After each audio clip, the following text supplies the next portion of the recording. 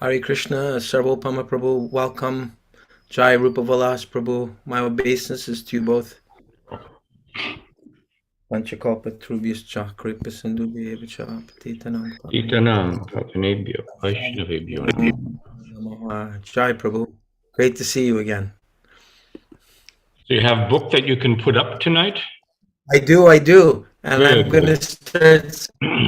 gonna start singing to the Six Goswami, sir. Krishna Kirtana Gana Nartana Paro Premamritam Bonede Dira Dira Jana Priyo Priyakaro Nirmatsaro Pujito Shri Chaitanya Kripa Baro Bhuvi Bhuvo Paravahantarako Vande Rupa Sanatano Raghuyugo Shri Jiva Gopalako Nana Shastra Vichara Naika Nipuno Saddharma Samstapako Lokanam Hitakarano Tribhuvane Manyo Sharanya Karo Radha Krishna Pada Ravinda Bhajanan Ande Namatalako Vande Rupa Sanatano Raghuyugo Shri Jiva Gopalako Shri Gauranga Gunan Varnana Vido Sashrada Samridyan Vito Papotapa Nikrintano Tanubritam Govinda Ganamritai Anandam Buddhivardhanai Kanipono Kaivalya Nistarako Vande Rupa Sanatano Raghuyugo Shri Jiva Gopalako Jagvaturnama Shesha Mandalapati Shrening Sadatuchavan Putvadina Ganesha Karunaya Kopina Kanta Srito Gopi Bhavara Sabritam Dilabhari Kalola Magnao Muhur Vande Rupa Sanatano Raghuyugo Shri Jiva Gopalako Kujat Kokilahang Sasara Sagana Kirne Mayura Kule Nanaratna Nibada Mula Vitapa Shri Yukta Vrindavane Radha Krishna Ahanisham Prabhajato Jivartado Yomudam Vande Rupa Sanatano Raghuyugo Shri Jiva Gopalako Sankhya Purvaka Namagana Natibi Kalavasane Nikrito Nidrahara Viharaka Divijito Chatyanta Dinau Chayao Radha Krishna Guna Smritir Madhuriman Andena Samohito Vande Rupa Sanatano Raghuyugo Sri Jiva Palako Radha Kundatate Kalinditanaya Tire Chavankshivate Premodmadavashada Shesha Dashaya Krastau Pramatau Sada Gayantau Chakadaharir Gunavaram Bhava Vibhuto Muda Vande Rupa Sanatano Raghuyugo Sri Jiva Gopalako He Radhe Vraja Devike Chalalite He Nanda Shuno Kutam Sri Govardhana Kalpa Pada Patale Alindi Vande Kutam Ocean On the third floor. Yeah. Big, No. the one in front? Yeah. Yeah.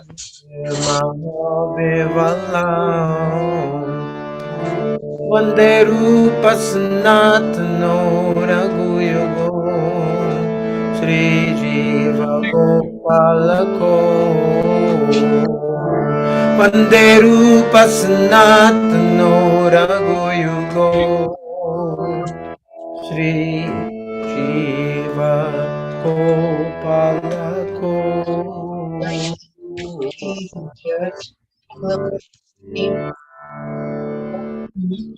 And gloved him on and they took some fruit. I'm gonna have to mute you, Sarvabhauma Prabhu, because all your discussions are entering into our session.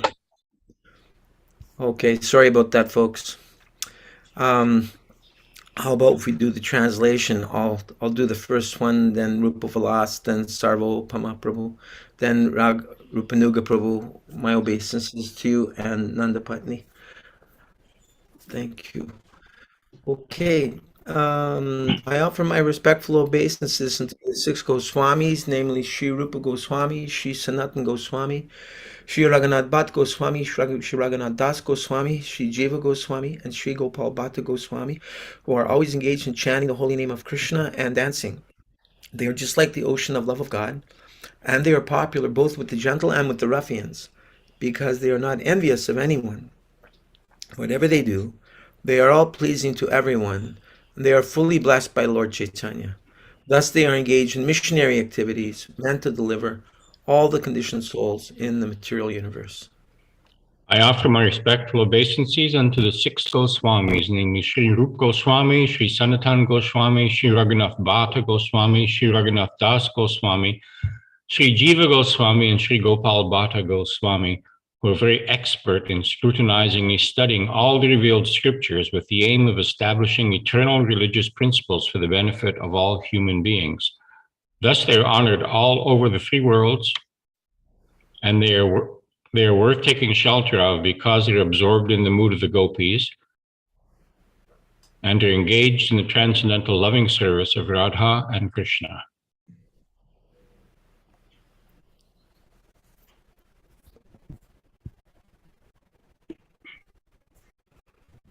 Sarvabhauma Prabhu, are you able to read the next translation? I have to mute you because there was a lot of noise coming. No? Okay, then. Rupanuga Prabhu. Well, I can't read it because my screen doesn't have all the text. Oh, I really? have to use my book. Okay. Then, okay, Nanda Patni's busy. Then, Jason, Hare Krishna, Jason. Would you like to read number 3? Jason? Did you find it, Rupanuga Prabhu? Or shall I continue? Or Jason, you're ready now to read? I was fiddling with the mute. I couldn't find it. Anyway. Can you see What are the we screen? doing? 3? Huh? Can you see the screen? Yes, it was, yeah. Number 3, please. All right. I offer my respectful obeisances unto the 6 Goswamis, namely Sri Rupa Goswami, Sri Sananta Goswami, Sri Raghunath Bhatta Goswami, Sri Raghunath Dasa Goswami, Sri Jiva Goswami, and Sri Gopa Bhatta Goswami, who are very much enriched in the understanding of Lord Chaitanya and who are thus expert in narrating his transcendental qualities. They can purify all conditioned souls from the reactions of their sinful activities by pouring upon them transcendental songs about Govinda. As such, they are very expert in increasing the limits of the ocean of transcendental bliss. They are the saviors of the living entities from the devouring mouth of liberation. I offer my respectful obeisances unto the 6 Goswamis, who kicked off all association of aristocracy as insignificant. In order to deliver the poor conditioned souls, they accepted loincloths, treating themselves as mendicants, but they are always merged in the ecstatic ocean of the gopis' love for Krishna, and bathe always and repeatedly in the waves of that ocean. Rupa Vilas Prabhu. I offer my respectful obeisances unto the 6 Goswamis, namely Sri Rupa Goswami, Sri Sanatan Goswami, Sri Raghunath Bhatta Goswami, Sri Raghunath Das Goswami, Sri Jiva Goswami, and Sri Gopal Bhatta Goswami, who are always engaged in worshipping Radha Krishna in the transcendental land of Vrindavan, where there are beautiful trees full of fruits and flowers, which have under their roots all valuable jewels. The Goswamis are perfectly competent to bestow upon the living entities the greatest boon of the goal of life. Okay, I got it back. I got the screen. Good. Shall I read? Yeah, Yes, number please. 6. Yeah, the first part of the first line, the sentence is missing. I offer my respectful obeisances unto the 6 Goswamis, namely Sri Rupa Goswami, Sri Sanatana Goswami, Sri Raghunath Bhatta Goswami, Sri Raghunath Das Goswami, Sri Jiva Goswami, and Sri Gopal Bhatta Goswami, who were engaged in chanting the holy names of the Lord and bowing down in a scheduled measurement. In this way, they utilized their valuable lives, and in executing these devotional activities, they conquered overeating and sleeping, and were always meek and humble, enchanted by remembering the transcendental qualities of the Lord. Sarvopama Prabhu, are you able to read now?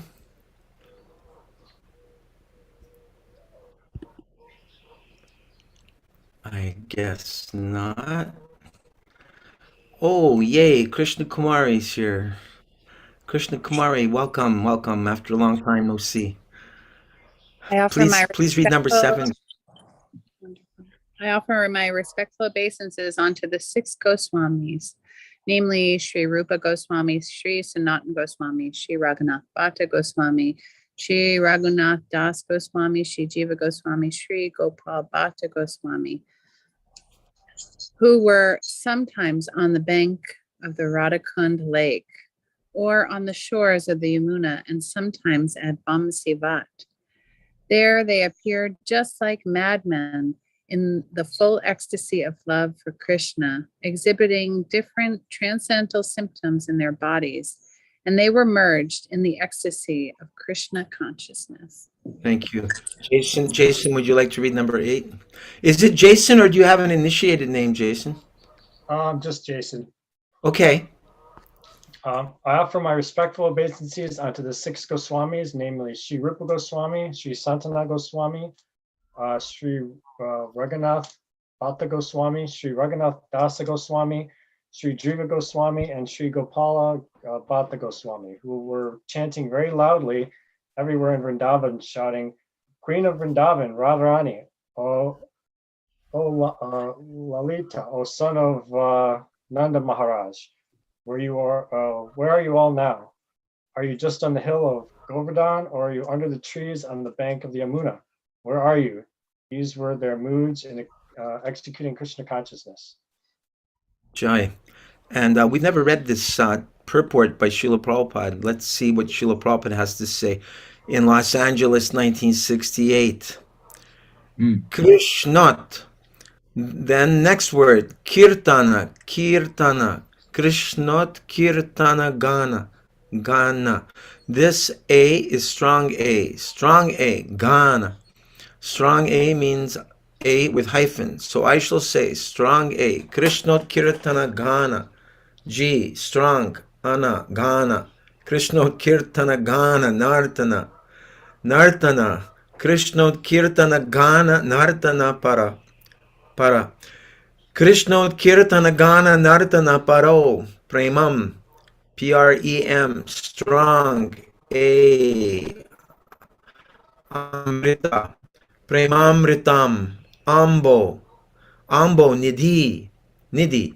Krishnot Kirtana Nartana Paro. Premamritambo Nidhi. Krishnot Kirtana Gana Nartana Paro. Premamritambo Nidhi. Krishnot Kirtana Gana Nartana Paro. Premamritambo Nidhi. The meaning, Krishnot Kirtana. Loudly chanting the holy name of Krishna. Krishnot Kirtana Gana. A musical sound in songs with music. Krishnot Kirtana Gana Nartana. Nartana means dancing, chanting and dancing. Paro, always engaged. Krishnot Kirtana Gana Nartana Paro Premamritambo Nidhi. And dipped into the ocean of ecstatic love for Krishna. Krishnot Kirtana Gana Nartana Paro Premamritambo Nidhi. Next line, Dhira. Strong A, Dhira. One is Dhira, another is Dhira. Dhira, Dhira Jana. Dhira Jana. Krishnot Kirtana Gana Nartana Paro Premamritambo Nidhi. Dhira, Dhira Jana Priyo. Priyo. Dhira, Dhira Jana Priyo. Priyakaro.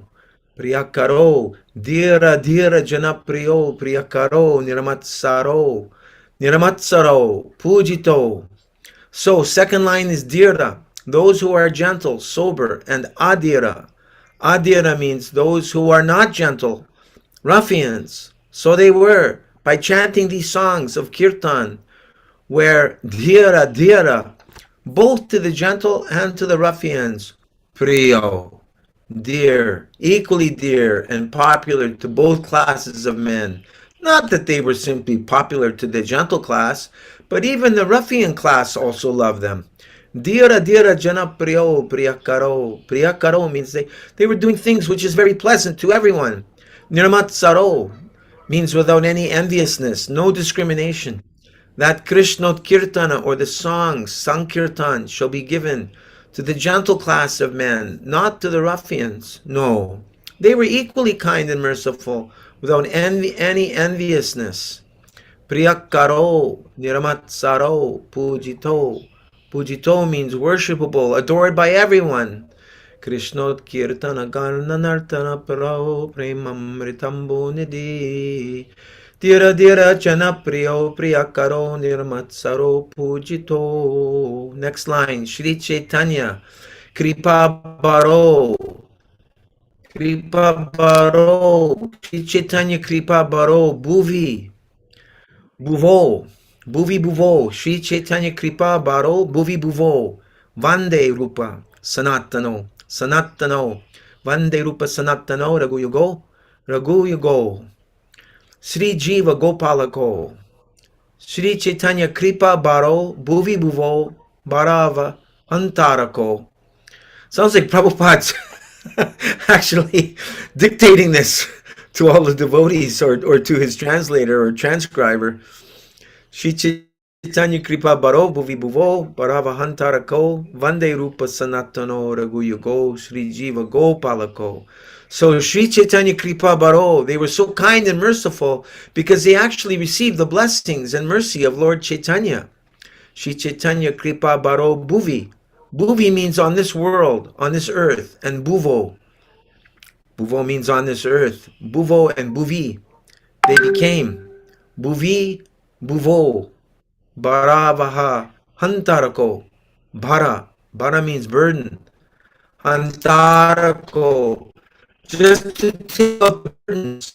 When people become too much sinful, the earth becomes overburdened. And just to make it lighter. If it becomes too much heavy, then it will fall down. So these great souls, they come to make it lighter. Bharava Hantarako, Vande Rupa. Oh, you are so kind.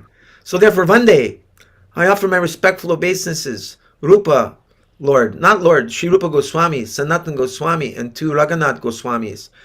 There are two Raghunaths, and Jiva Goswami, and Gopal Bhatta Goswami, Vande Rupa Sanatano, Raghu Yugo, Sri Jiva Gopalako. So that's by Srinivasacharya, who wrote that wonderful song. And I remember when Sanjay Prabhu, our godbrother, came to our Toronto temple and Montreal temple back in the early 80s, he said that Srila Prabhupada said that if you chant this six Goswami song every day, then you'll eventually become a Goswami. So that's to our credit. So here's tonight's verse. Can everybody see this on their screen? Text 8. Yes. Okay. One thing I haven't been doing, which occurred to me, is even though the Zoom system doesn't allow us to chant everything in unison together, or it's difficult. It can be done, but it takes a lot of concentration. I'd like to, after I chant the verse, anyone else who would like to chant it, on, or you Rupa, or you Rupa Nuga Prabhu, either of you, if you want to start first.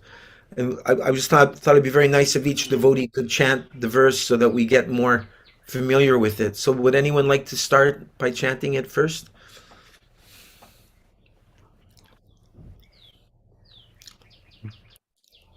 Okay, I'll chant it then. Tannama rupa charitadi sukirtananu smrityo kramena rasana manasi niyojya tishtan vrajetat anuragi jananugami kalam nayed akilam iti upadeshasaram. Would anyone else like to try?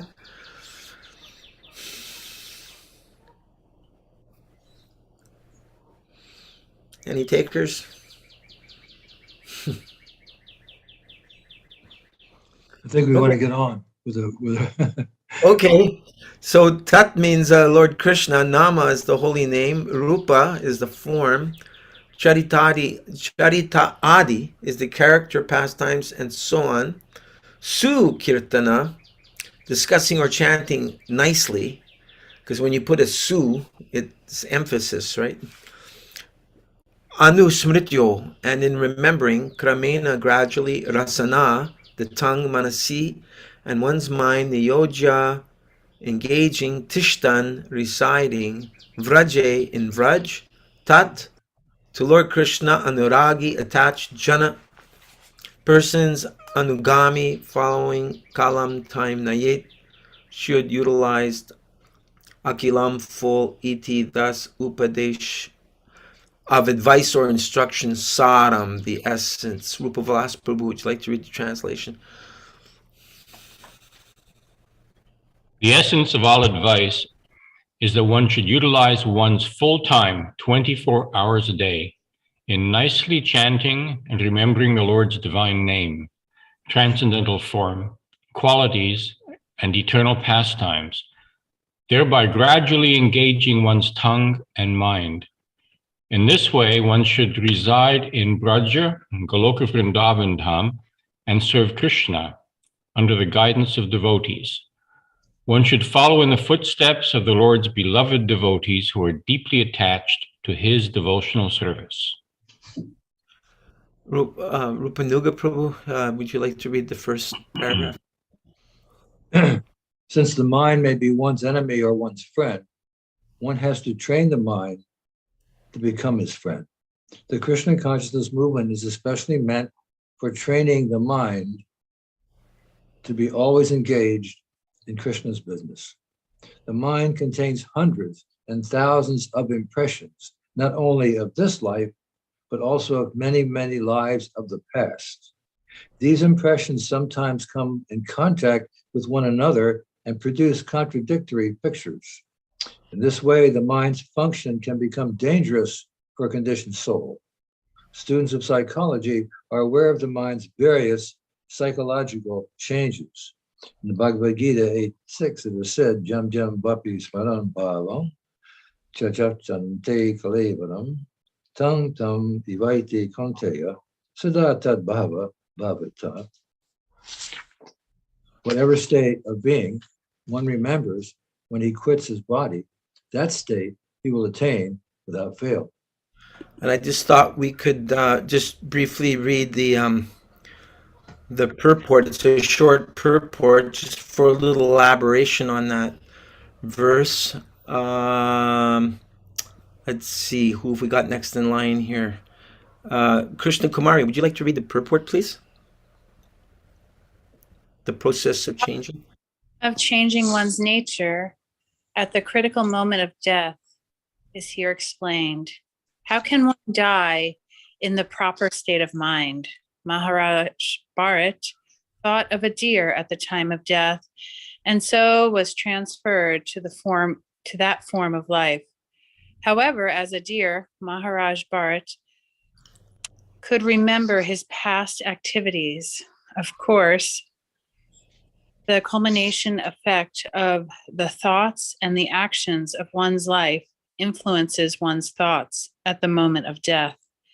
Therefore, the actions of this life determine one's future state of being. If one is transcendentally absorbed in Krishna's service, then his next body will be transcendental, spiritual, not physical.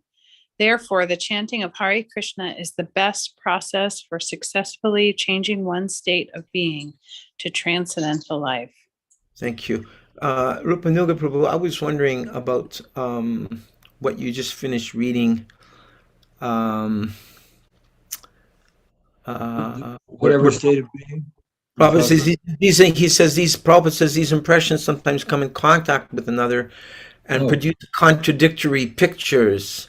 Yeah. In this way, the mind's function can become dangerous for a conditioned soul. So I was wondering if you could explain that a little bit, please.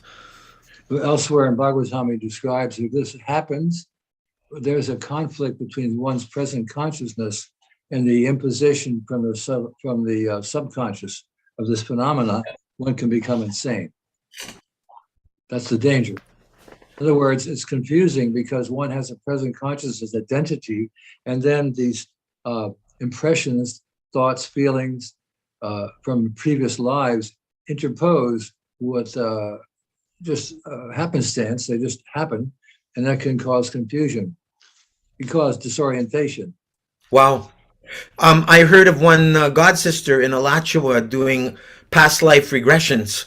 And I'm just wondering about that because I've heard some people becoming confused because they start identifying with someone that they were in a previous life, and then they start conflating that with the current life. Is it kind of like that, or is that something else? That can be, it can be that way. If someone stimulates their subconscious like that, they can, if they want to go back past lives for whatever reason. I don't think Srila Prabhupada ever emphasized that, but some devotees practice different things. So that's a risk. It's a little risky. I mean, that's the reason that when Shyama was reading to him the major philosophies of the day, Srila Prabhupada remarked that he thought Carl Jung was the most sensible of all of them. But he disagreed with Carl Jung on that point. The Carl Jung and general psychiatric or psychoanalytic school wishes to bring to consciousness previous experiences which are affecting the present life. So to do that, they have to go into those rabbit holes. You don't have to go into those pastimes. And Srila Prabhupada disagreed. He said, our method is transcendence. We just leave it all. We leave it behind. We don't go looking for trouble. We just go ahead with our spiritual life. And that was his disagreement. He did not disagree that past lives have effect or can just like we're reading here, can affect the present consciousness. But Srila Prabhupada's idea was not to dwell on that, but to move ahead with the process of Bhakti Yoga, which is a transcendent process. Mm-hmm. That makes sense? It makes sense. One thought that comes to me is when I took Dhira Govinda Prabhu's course, the Life Skills Transformational Workshop, he was making the point. I think now they have a term called spiritual bypassing, where a devotee may tend to think, I put on my tilak very paka, I've got very nice ironed dhoti kurta, I can quote so many shloks, but although they're appearing to be very much Vaishnav in their dealings with others, they may not even be acting as a kind human being.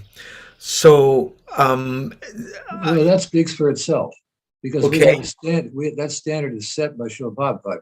How behavior with devotee is supposed to behave toward another one with great respect. We've got the 26 qualities of a pure devotee, which we should strive for, which are not artificial. They do appear in due time, but once it's still at the same time.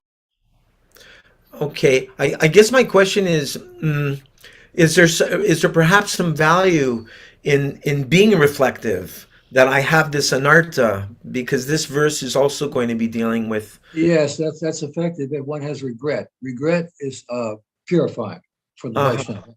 So to regret past misbehavior or past mistakes, that's good. And it's not to say psychiatry doesn't work or psychology doesn't work.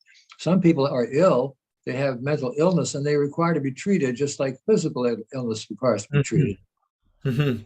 That's still an external level, whether it's subtle or it's gross, is still external. And our Sadhana Bhakti is on the spiritual platform. Mhm. Krishna Kumari, you're working in the healing field, correct? Yes, I am. Do you have anything to add to what Rupanuga Prabhu just said? Not necessarily to add more, maybe just to ask a question that I've asked many. Sure. We understand that Ravana's power was actually in his gut, not in his head. He kept growing more heads. I just wonder, like, I know that the intent is attached to the colon and there's more memory cells there than in the brain. So I've always wondered about this samskara. Like, where are the samskaras stored in the body? Just something I've always wanting the answer to. I've got a feeling that maybe it is in the gut, somewhere the subtle. Is a science. It's a science. The other sciences you're discussing, that sciences of psychology and sciences of energy healing, these are material sciences.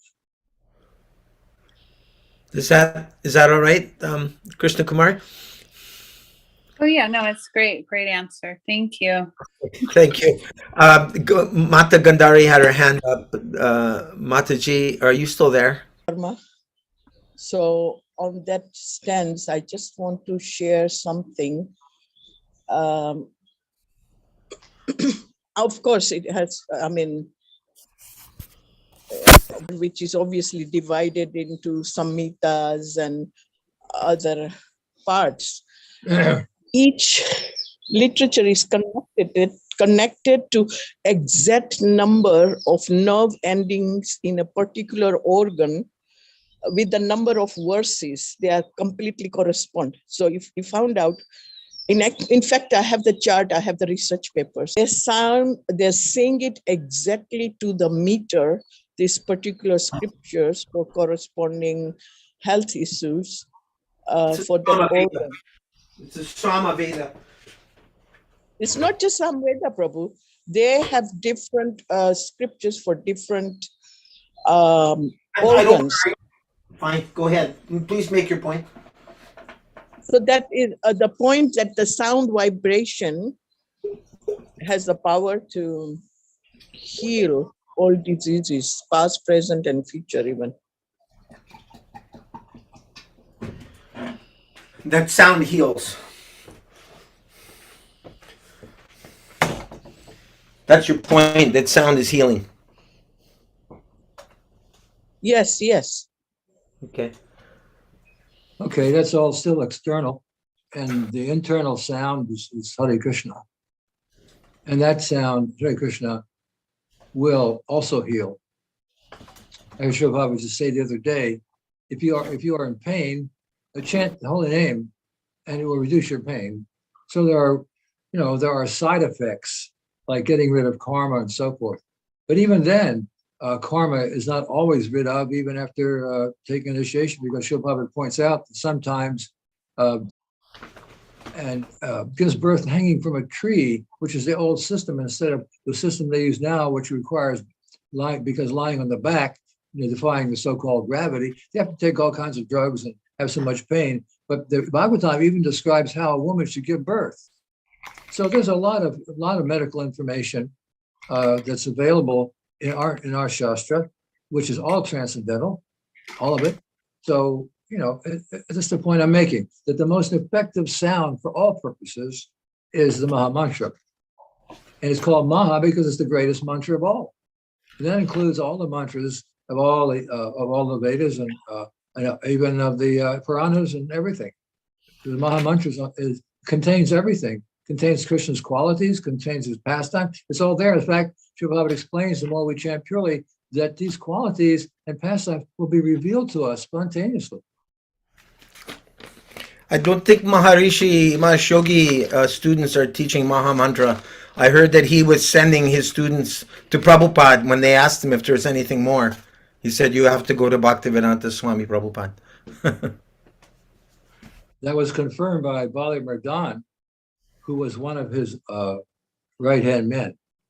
When he asked him about the holy name and trans, he said, you best go to Bhaktivedanta Swami for these questions. Wow, I didn't know it was Bali Mardan. Yeah, he said that. So Rupa Vilas Prabhu, you're next, and then Krishna Kumari, please. At the time of death? Yeah. At the time of death, the mind and intelligence of a living entity create the subtle form of a certain type of body for the next life. In fact, this morning I was listening to Prabhupada, and he was saying everything we do is preparing us for our next body or our next life. If the mind suddenly thinks of something not very congenial, one has to take a corresponding birth in the next life. On the other hand, On the other hand, if one can think of Krishna at the time of death, he can be transferred to the spiritual world, Goloka Vrindavan. This process of transmigration is very subtle. Therefore, Srila Rupa Goswami advises devotees to train their minds in order that they will be unable to remember anything other than Krishna. Similarly, the tongue should be trained to speak only of Krishna and to taste only Krishna Prasad. Srila Rupa Goswami further advises, Tishtan Braje, one should live in Vrindavan or any part of Brajabhumi. Brajabhumi, or the land of Vrindavan, is supposed to be 84 koshas in area. 1 kosha equals 2 square miles. When one makes Vrindavan his residence, he should take shelter of an advanced devotee there. In this way, one should always think of Krishna and his pastimes. This is further elucidated by Srila Rupa Goswami in his Bhakti Rasamrita Sindhu 1-2 Tatas Jasao Kuryad Vasam Braje Sada. A devotee should always reside in the transcendental realm of Braja and always engage in Krishnam Smaran Janam Chasya Prestam, remembrance of Sri Krishna and his beloved associates. By following in the footsteps of such associates, 84 times 2, 2 times 4 is 8. Okay, so here's square miles, correct? Is that right? There it is. Lots to explore.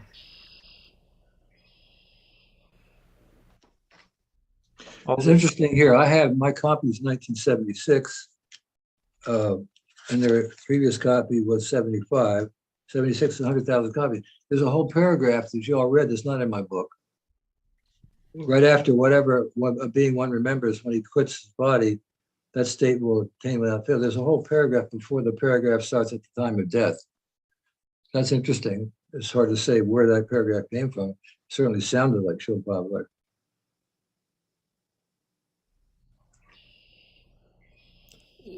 And what year is yours?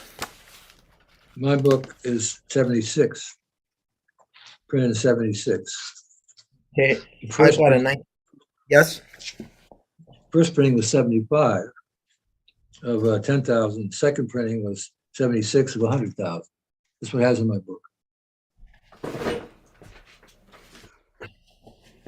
What's yours? I've got one of 1995, and I've got one here which is looking at it. I've got a 1975 one.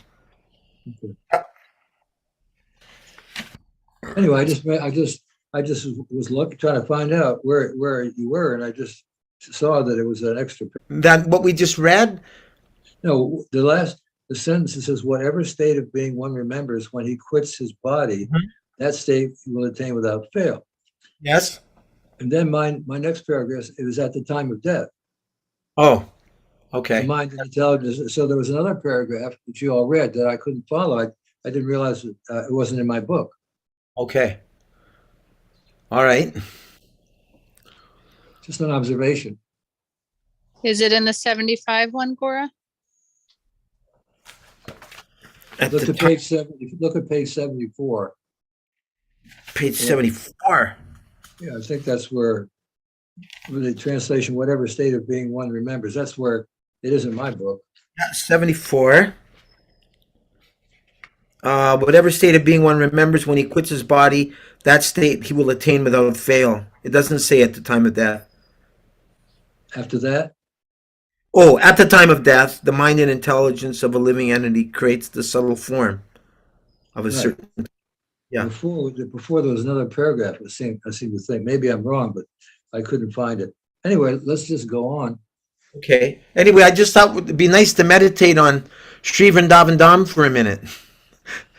I had the good fortune to do Vraj Mandala Parikram. Yes. How did you like it?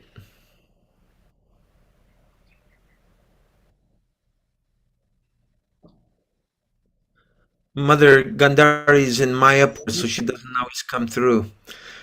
One time I went in the early 80s and I met Krishnadas Babaji Maharaj, Srila Prabhupada's godbrother. And I went and I asked him a question. First of all, I was astounded to meet him. The godbrother pointed him out, and I went and I paid my obeisances. And then I asked him something, I don't remember what it was, and he just went, Hare Krishna, Hare Krishna. He just laughed and said, Hare Krishna. I thought that's the best answer for anything.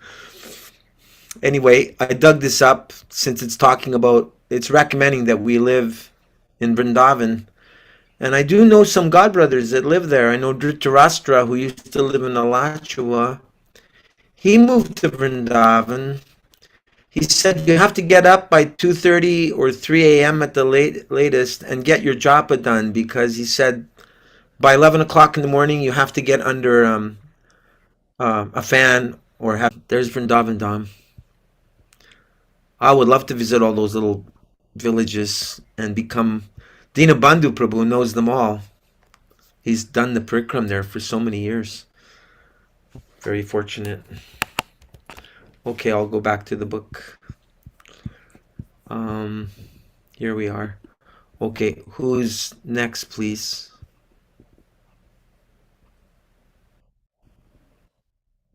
Krishna Kumari, you're next, I think.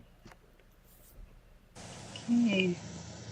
Again, Srila Rupa Goswami states in Bhakti Rasamrita Sindhu 12295, Seva Sadhaka Rupina, Siddhi Rupina Chakrahi, Tad Bhava Lipsuna Arya, Raja Loka Nusha Rataha. In the transcendental realm of Raj Bhumi, one should serve the Supreme Lord Sri Krishna with a feeling similar to that of his associates, and one should place himself under the direct guidance of a particular associate of Krishna and should follow in his footsteps. This method is applicable both in the stage of sadhana, spiritual practice executed while in the stage of bondage, and in the stage of sadhya, God realization. When one is in Siddhi Purusha, or a spiritually perfect soul. Srila Bhaktisiddhanta Saraswati Thakur has recommended as follows upon. Oh, do you want to stop here? Yeah, I'm sorry. Place himself under the direct guidance of a particular associate of Krishna and should follow in his footsteps. What's your explanation for that, Rupanuga Prabhu? I have to point out that this book is arranged in progressive manner. Yeah. And as many assumptions are made as to one's position. Just like in the end, one is recommended to take a dip in Radhakunda, I believe it is. So, but that to me means if you've gotten through the other verses successfully, as if the mind is controlled, the intelligence is controlled, so many things have been accomplished before to actually describe other places, that you have to approach that person because that's your attraction for that person or for that rasa or that rasa lila.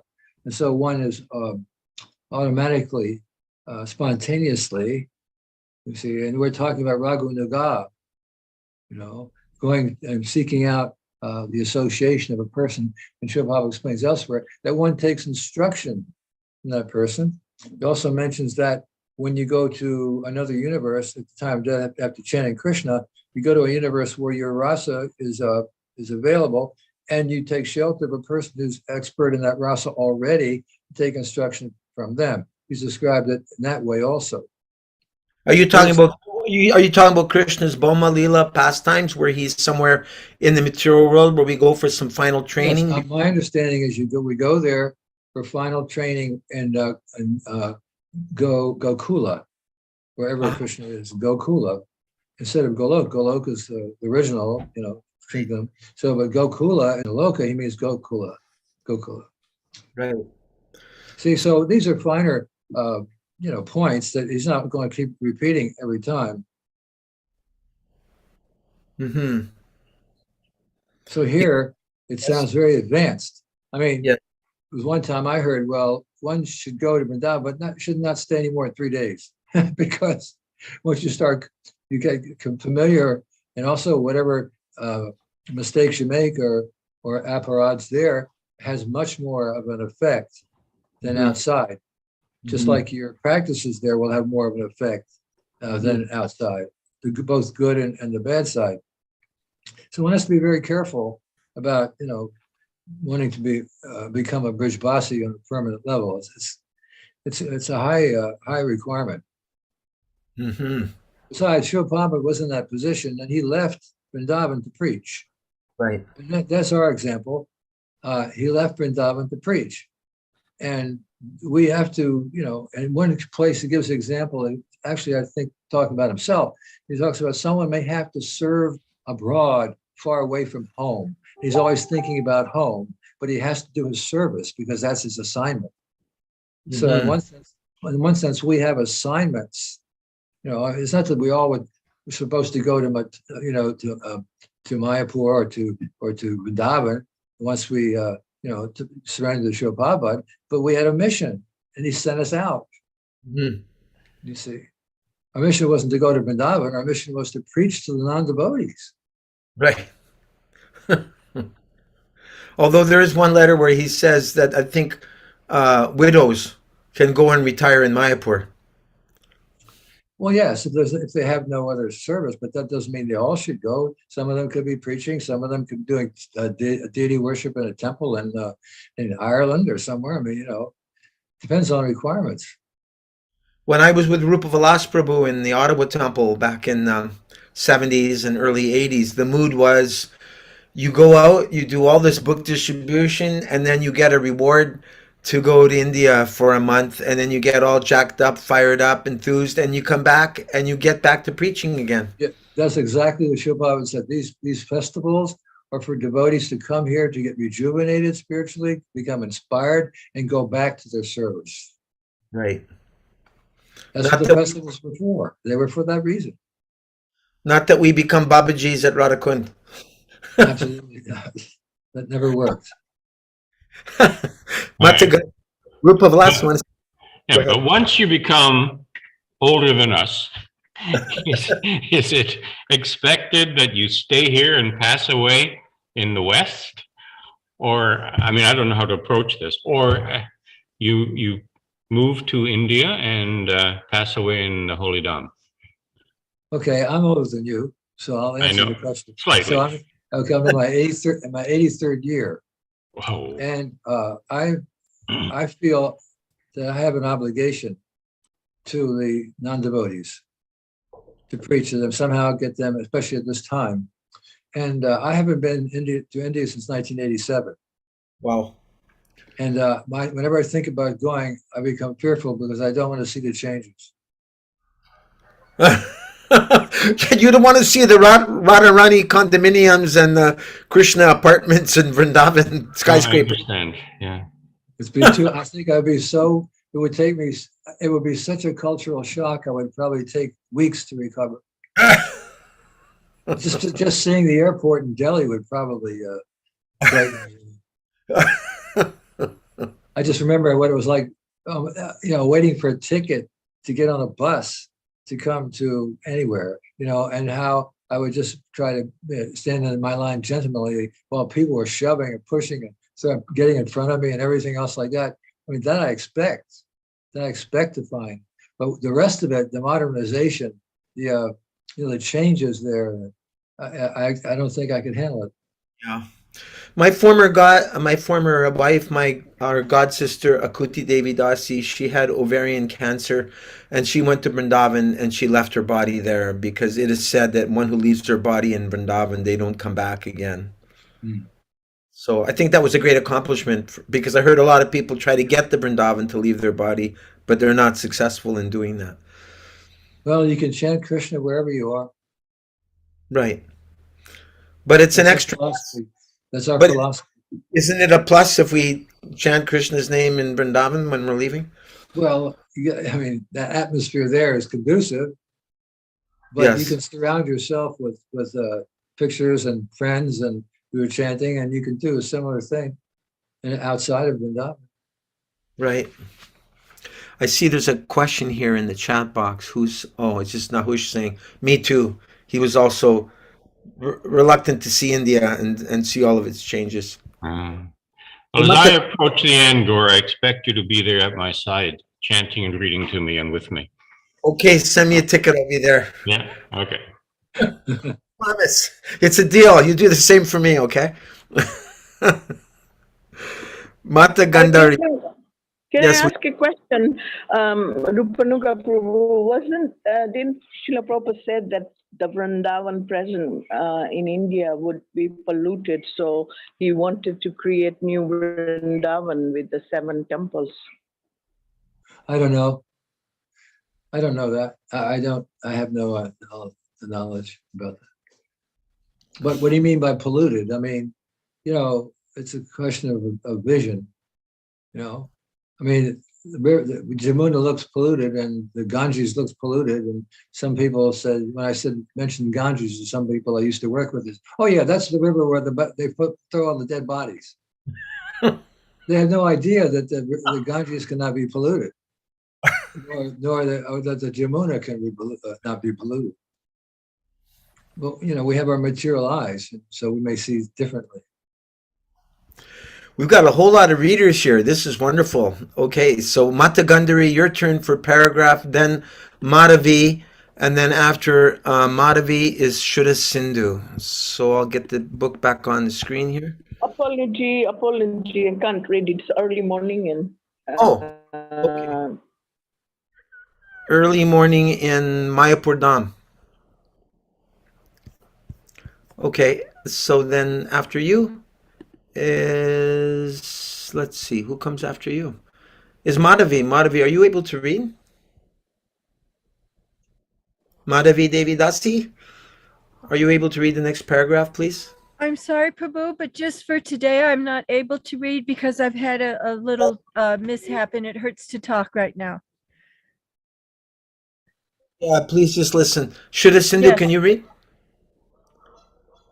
And then after Shuddha Sindhu, Sarvopama, if he's able to read. This paragraph? Which Shuddha Sindhu, paragraph? Srila Bhaktisiddhanta Saraswati Thakur. Okay, Srila Bhaktisiddhanta Saraswati Thakur has commented as follows upon this verse. One who has not yet developed interest in Krishna consciousness should give up all material motive and train his mind by following the progressive regulative principle, namely chanting and remembering Krishna and his name, form, quality, pastimes, and so forth. In this way, After developing a taste for such things, one should try to live in Vrindavan and pass his time constantly remembering Krishna's name, fame, pastime, and qualities under the direction and protection of an expert devotee. This is the sum and substance of all instruction regarding the cultivation of devotional service. Thank you. Sarvopama, are you able to read now? No response. Okay, Jason, could you read, please? And then after Jason is Nahush Prabhu. Jason, in the Neophyte stage? Yep. In the Neophyte stage, one should always engage in hearing Krishna Katha. This is called Sravana Dasa, the stage of hearing. By constantly hearing the transcendental holy name of Krishna and hearing his transcendental form, qualities, and pastimes, one can attain to the stage of acceptance called Varana Dasa. When one attains this stage, he becomes attached to the hearing of Krishna Katha. When one is able to chant in ecstasy, he retains the stage of Smarana Vasta, the stage of remembering. Recollection, absorption, meditation, constant remembrance, and trance are the 5 items of progressive Krishna Smarana. At first, remembrance of Krishna may be interrupted by intervals, but later remembrance proceeds uninterrupted. When remembrance is uninterrupted, it becomes concentrated and is called meditation. When meditation expands and becomes constant, it is called anusmrti. By uninterrupted and unceasing anusmrti, one enters the stage of samadhi or spiritual trance. After smarana dasa or samadhi has fully developed, the soul comes to understand this original constitutional position. At that time, he can perfectly and clearly understand his eternal relationship with Krishna. That is called sampati dasa, the perfection of life. Thank you. Nahush Prabhu, are you able to read? Yes. Chaitanya Charitamrita advises those who are neophytes to give up all kinds of motivated desires and simply engage in the regulative devotional service of the Lord according to the directions of Scripture. In this way, a neophyte can gradually develop attachment for Krishna's name, fame, form, qualities, and so forth. When one has developed such attachment, he can spontaneously serve the lotus feet of Krishna even without following the regulative principles. This is called Raga Bhakti, or devotional service in spontaneous love. At that stage, the devotee can follow in the footsteps of one of the eternal associates of Krishna in Vrindavan. This is called Raganuga Bhakti. Raganuga Bhakti, or spontaneous devotional service, can be executed in the Shantarasa, when one aspires to be like Krishna's cows, or the stick or flute in the hand of Krishna, or the flowers around Krishna's neck. In the Dasya Rasa, one follows in the footsteps of the servants like Chitraka, Patraka, or Raktaka. In the friendly Shakya Rasa, one can become a friend like Baladev, Tridama, or Sudama. In the Vatsalya Rasa, characterized by parental affection, one can become like Nanda Maharaj and Yashoda. And in the Madhurya Rasa, characterized by conjugal love, one can become like Srimati Radharani or her lady friends, such as Lalita and her serving maids, Manjaris, like Rupa and Rati. She is the essence of all instruction in the matter of devotional service. No, this is. It doesn't say she is. It says this is. I'm sorry. This is the essence. My apologies. Yeah. Okay, great. Does anyone have any reflections, comments, or questions? I remember someone saying that they were meditating on what they considered to be their pastime, their rasa, and how hard work it was. See, but that's artificial. Here it's described as spontaneous. That's not hard work. Mm-hmm. So that one can actually artificially, if one thinks that Raghunaga is the ultimate goal, course, ultimately it is, but before we get to that point, we have so much service, there's so many obstacles to overcome, but we cannot do it artificially. And one tries to do it artificially, like this devotee was saying, it's really hard work, this meditation. Huh. Well, it's not coming naturally. Right. Otherwise, it wouldn't be hard work. Spontaneous love is that. It's not hard work. So that's the danger of becoming a sahaja, isn't it? That's what it means to become a sahaja, to think like that, to think they're more advanced than they are. You see? It says this is called Raganuga Bhakti. Raganuga Bhakti, or spontaneous devotional service. That's advanced. Mm-hmm. I was hearing a story today from Srila Bhaktisiddhanta Saraswati Thakur, and he was saying that there was this professor in Dhaka, and he was giving classes on Srila Rupa Goswami's books, and he would speak on Ujvala Nilamani, and he had a young, pretty young lady in his class, and eventually he married his student. And so Bhaktisiddhanta was being critical of this, that talking about very high topics, but yet we're not there, we're not situated, it's premature. Sure, we can read about it. We're doing it now. Uh-huh. But one of the reasons we're reading about it in Nectar of Instruction, which is his final instructions to the neophytes, according to the introduction, is so that we avoid artificially trying to achieve something. And remember that our basic principle is to follow Srila Prabhupada's instructions about the regulative principles, not the four, but all the devotional principles, and always be prepared to preach to other people. Mm-hmm. I was hearing today about how some devotees will take their Radha and Krishna deities. I'd never heard this before, and they have them kind of facing each other. And I thought, oh, okay, I've never heard of Srila Prabhupada doing something like that. Where did you hear that? From you. Yeah, you got my email. Yeah, you were telling. Off the part late, and I told you that I have seen Radha Krishna deities. Yeah. Which, instead of looking straight ahead at the congregation, they're glancing at each other. Uh-huh. I've seen deities made like that in brass created in brass, where they have different postures, and there are different apparently rasas engaged in, and these are deities that are supposed to be worshipped.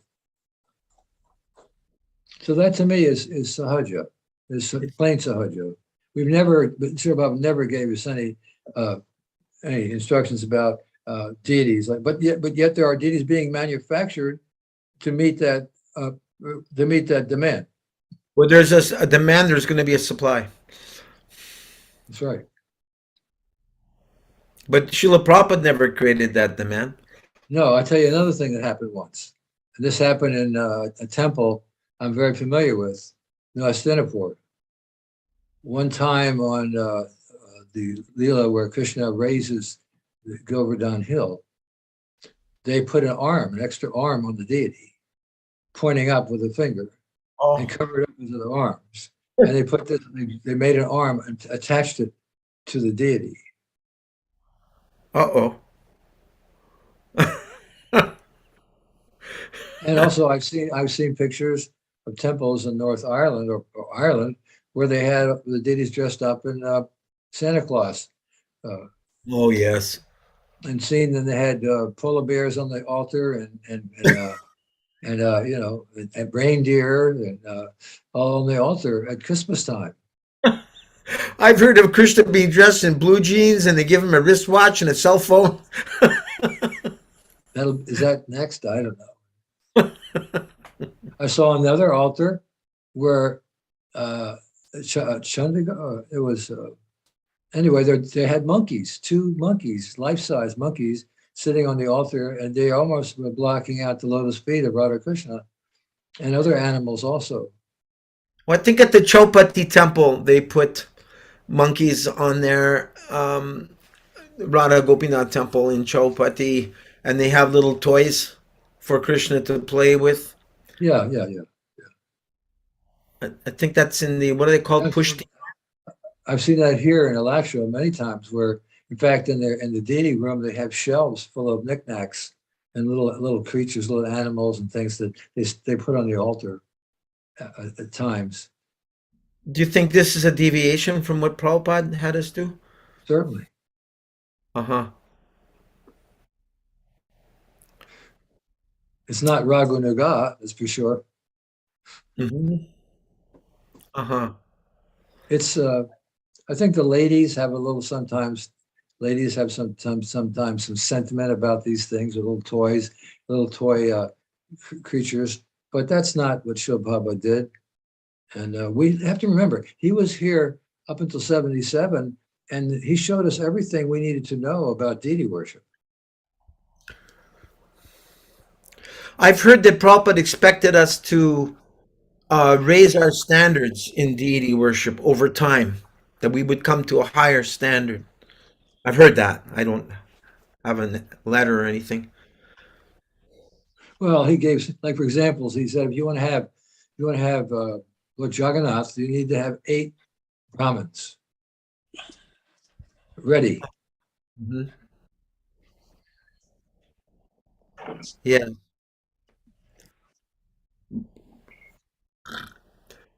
And when he was in Atlanta, he was so happy to see Nitai Gauranga worship there. He made it a point by saying, you don't require any other deities. You have Nitai Gauranga, you have Radha Krishna, you have Lord Chaitanya, you have everyone. You don't need any anymore. So he was so pleased. Actually, he'd been to 3 or 4 temples before that, and he said, I've been here and there, and this is by far the best deity worship I've seen. He was so pleased. Enough to emphasize, but this is fine. This is good. You don't have to expand to a point where you can't maintain such a standard.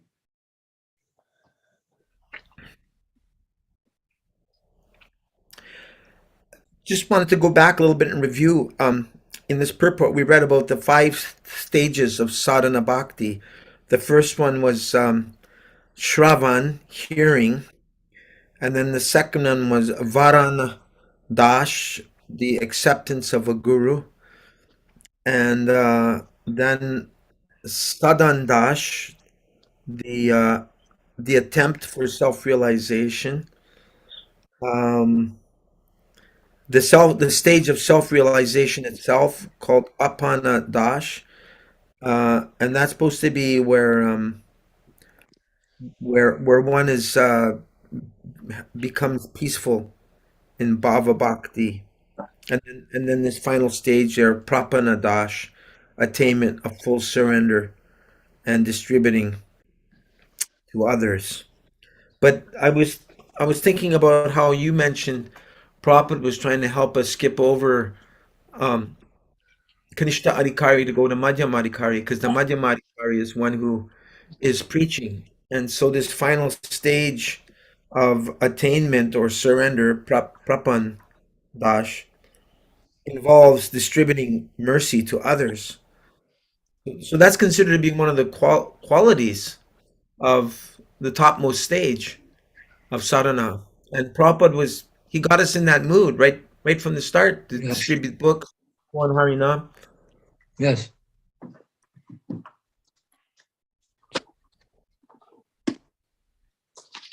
Srila Prabhupada was very practical. He understood the mission of Lord Chaitanya Mahaprabhu. He was the embodiment of that missionary spirit, and he just passed that on to us right away. Mm-hmm. We didn't have to go through any stages. He just set us on fire. Yeah, just go out. Right. I'm just gonna go back here to the verse again. Sharing the screen. The essence of all advice is that one should utilize one's full time, 24 hours a day in nice remembering the Lord's divine name, transcendental form, qualities, and eternal pastimes, thereby gradually engaging one's tongue and mind.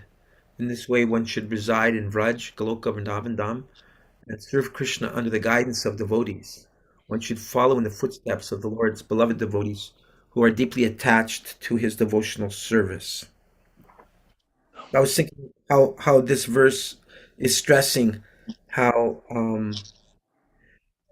knowledge, the cultivation of knowledge, the essence of this advice is that it's important to cultivate knowledge because it gives us impetus to go on with our sadhana. Otherwise, Prabhupada said, if you're not always reading my books, you'll just fall down to eating, sleeping, mating, and defending. And that we should hear it from someone higher than us and learn all of our siddhantas, like who's Krishna, why is Krishna Bhagavan, what are the different layers, the 24 layers, what's the difference between Vaikuntha and Goloka. There's so much to learn. And this verse is so interesting because it says that one should engage one's full time, 24 hours a day in nicely chanting and remembering. And it's not like this is Christianity where we go to church on a Sunday or even Islam where we pray 3 times a day. No, we're being told here that we're supposed to be like going to church, so to speak, 24 hours a day. We're supposed to be fully immersed. It's quite a distinction between the mainstream religions and pure bhakti. He gave practical advice that if one reads Krishna book before taking rest, he says that what one is absorbed in before taking rest will determine his dreams. So if you read Krishna book before you take rest, this will help to think about Krishna. He said the mind never stops thinking. It's either thinking in dream form or thinking in the waking form, but the mind never stops. It's always going. And when you go to what thinking is called to sleep is called dreaming, but the mind never stops thinking. So if the mind is primed before taking rest by reading Krishna book, then we have a chance. Yeah, it's very valuable to read the Krishna book, which we're doing 2 nights a week. That's right.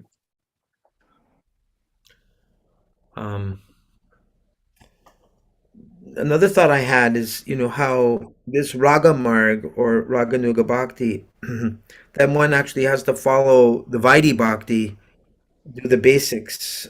Otherwise, it's self-deception. One can deceive oneself to think that they're on a higher platform by trying to do Raganuga Bhakti prematurely, and we're warned not to imitate. And I found a verse in the 10th canto. I'm not sure who's speaking it, but it says, one who's not a great controller should never imitate the behavior of ruling personalities, even mentally. If out of foolishness an ordinary person does imitate such behavior, he will simply destroy himself, just as a person who is not Rudra would destroy himself if he tried to drink poison, right? So I've noticed in the last few years that amongst some devotees, there's a lot of enthusiasm for Raganuga Bhakti. I've had godbrothers preach it to me that don't think that, after you leave your body, then you're going to know what your rasa is and everything's going to be revealed to you. No, you have to be cultivating now to find out whether you're attracted to Sakya Ras or Madhurya Ras, etc. And I was wondering, what are some of your thoughts on that? Look. I said before, it's spontaneous devotional service. You cannot force it. You cannot make it happen. It happens because of the proper execution of Sadhana Bhakti, which first of all means to serve Srila Prabhupada's order. And if we do that, that pleases Krishna. And if Krishna is pleased, he'll reveal himself to us. We'll get that spontaneous revelation. Mhm. It's a great science. It has to be taken step by step. It can't be superseded. It can't. There's no shortcuts unless Shubhava gives it. Just like if a woman wants to have a baby, she has to wait 9 months.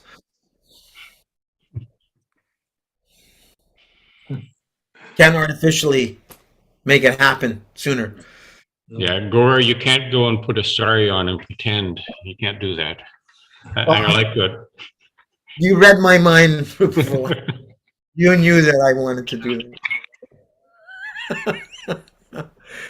Not that we haven't seen people do that, but Yes. I love what Rupanuga is saying. It's really Krishna reveals you serve in whatever capacity you have, whatever's available.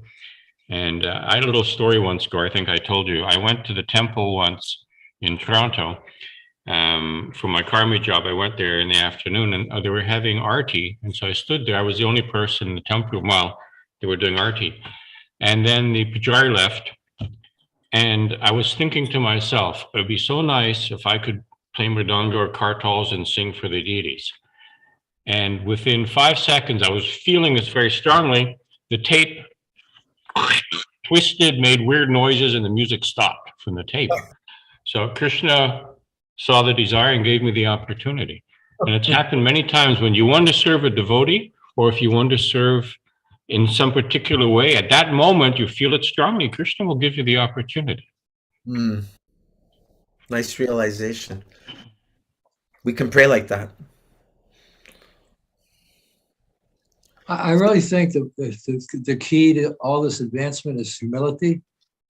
I'm reminded of how, when you read the songs of Narottam Das Thakur and Bhaktivinoda Thakur, how humble, how unbelievably humble they are.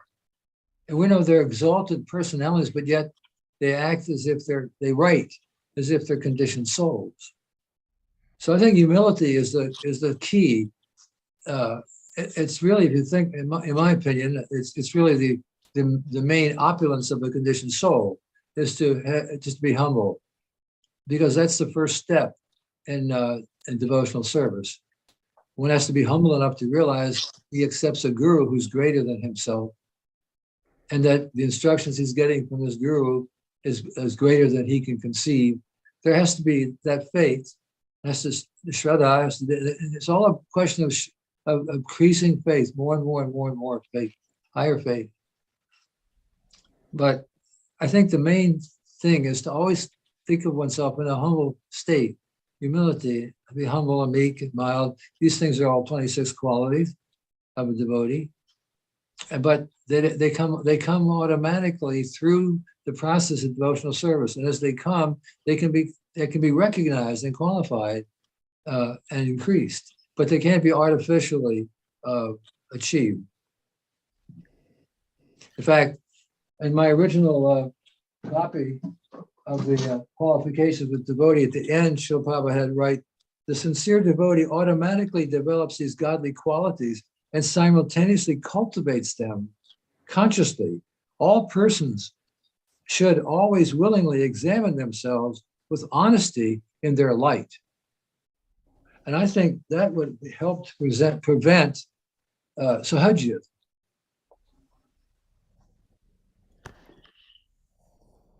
If one takes an inventory, you mean, of themselves?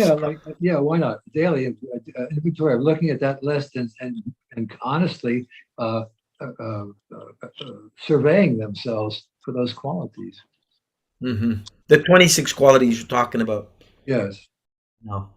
I remember you telling us back in Ottawa that we should memorize those qualities, and usually the ones that we can't remember are the ones that we're lacking.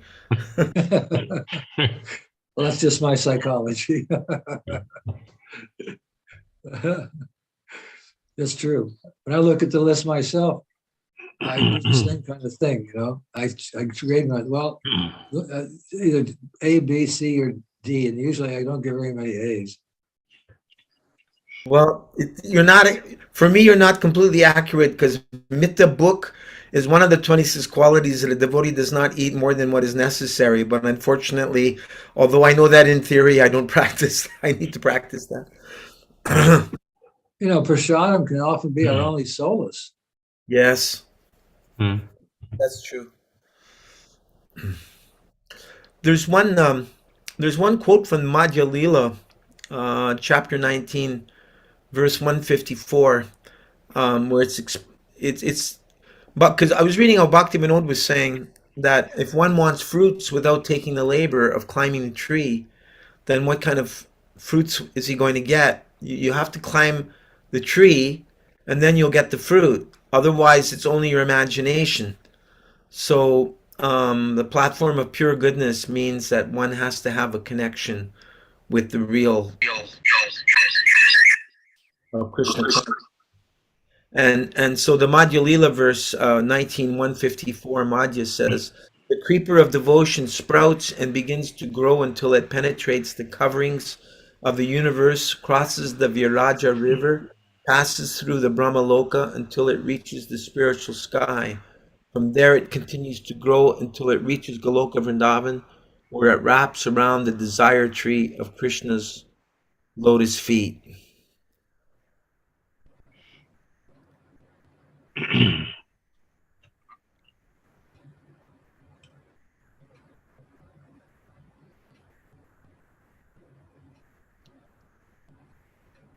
So it's almost 9 o'clock now. This is great. Does anyone have any further comments they'd like to make or questions you'd like to ask? I'd like to ask one question. I don't know if you can see me, but my question I want to ask is, as we're going about Krishna consciousness, like I've heard from other devotees that we should check our advancement. And I wanted to know a little bit from all of you, because many of you are senior, what are different checks we can have on a practical level, especially for me, like who's a neophyte, like, trying to, how can I see that? I mean, devotional service gives more devotional service, but like, how can I see that I'm making progress? Well, self-realization means you can realize it for yourself. And that's the advantage of this list of 26 qualities. If you go down the list and you're honest with yourself, then you can actually measure your advancement. Nice. Yeah, I'll do that. Thank you. Thank you, Prabhuji. Yeah, and Ram Roy Prabhu is visiting Michigan this week. So I just wanted to inform you. Hare Krishna. Great. Lots of chance to go on Harinam with him.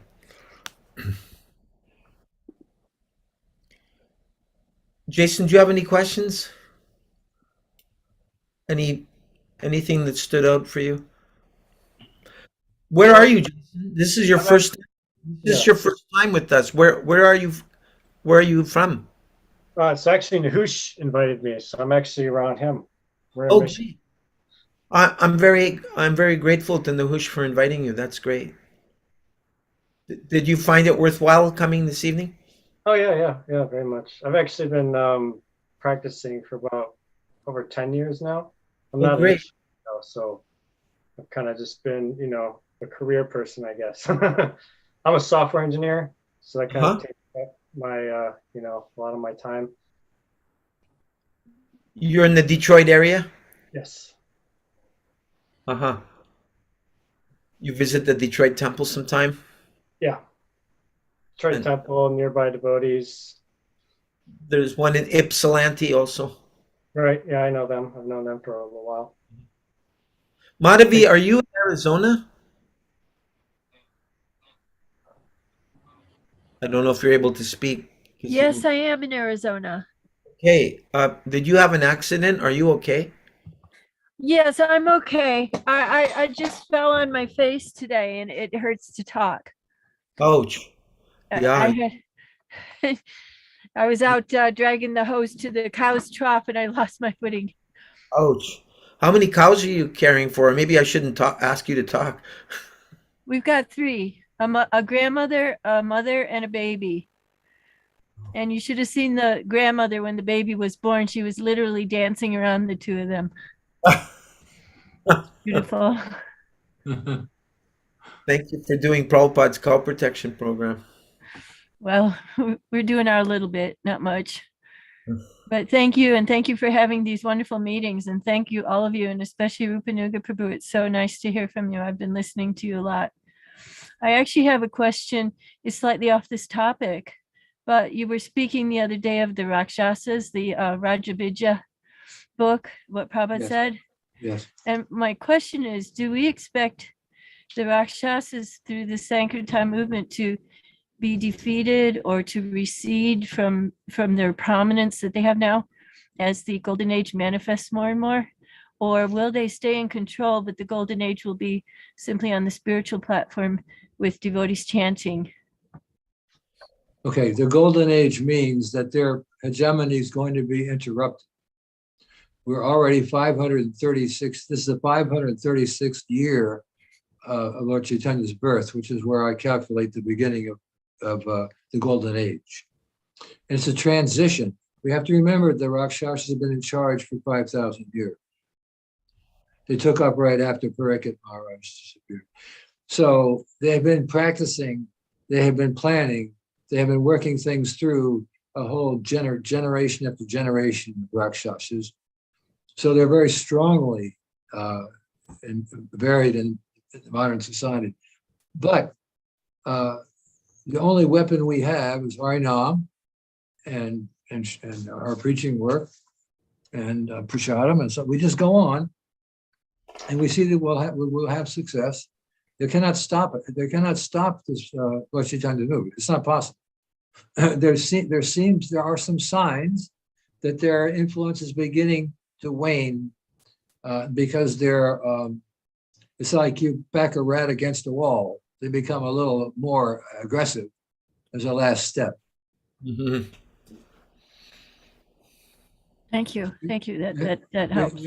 Yes, we have to have really strong faith in the fact that we can purify the very atmosphere of this planet by chanting the holy name on Harinam and Om and Japa. There's so many ways that we send transcendental sound vibrations off into the sky.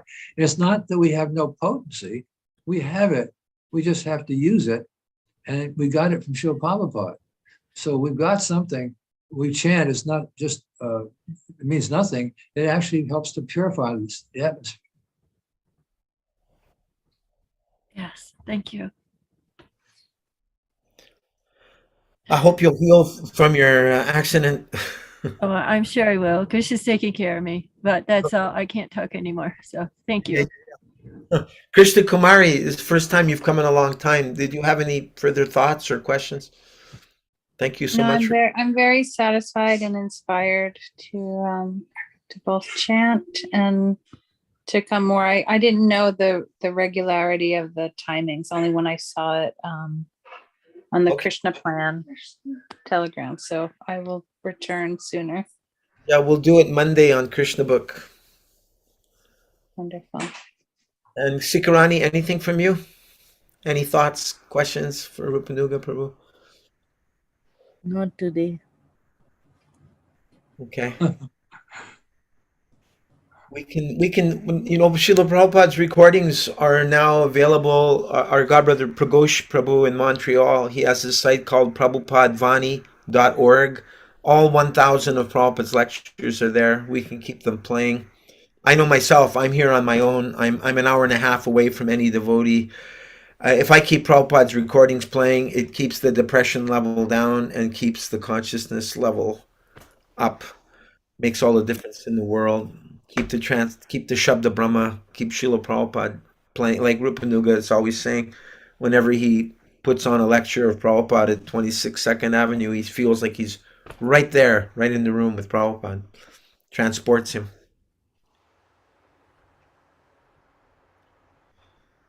Okay, if no one has anything else they'd like to add or ask, then please accept my respectful obeisances. Thank you so much for coming. We'll see you Monday or at 7:30 p.m. Krishna willing. Vancha Kripa Sindhu Evacha Titanang Pavanebhyo Vaishnavebhyo Namo Namaha. Srila Prabhupada ki jai. Jai. Lord Premanandi. Haribo. Hari Hari. Thank you, everyone.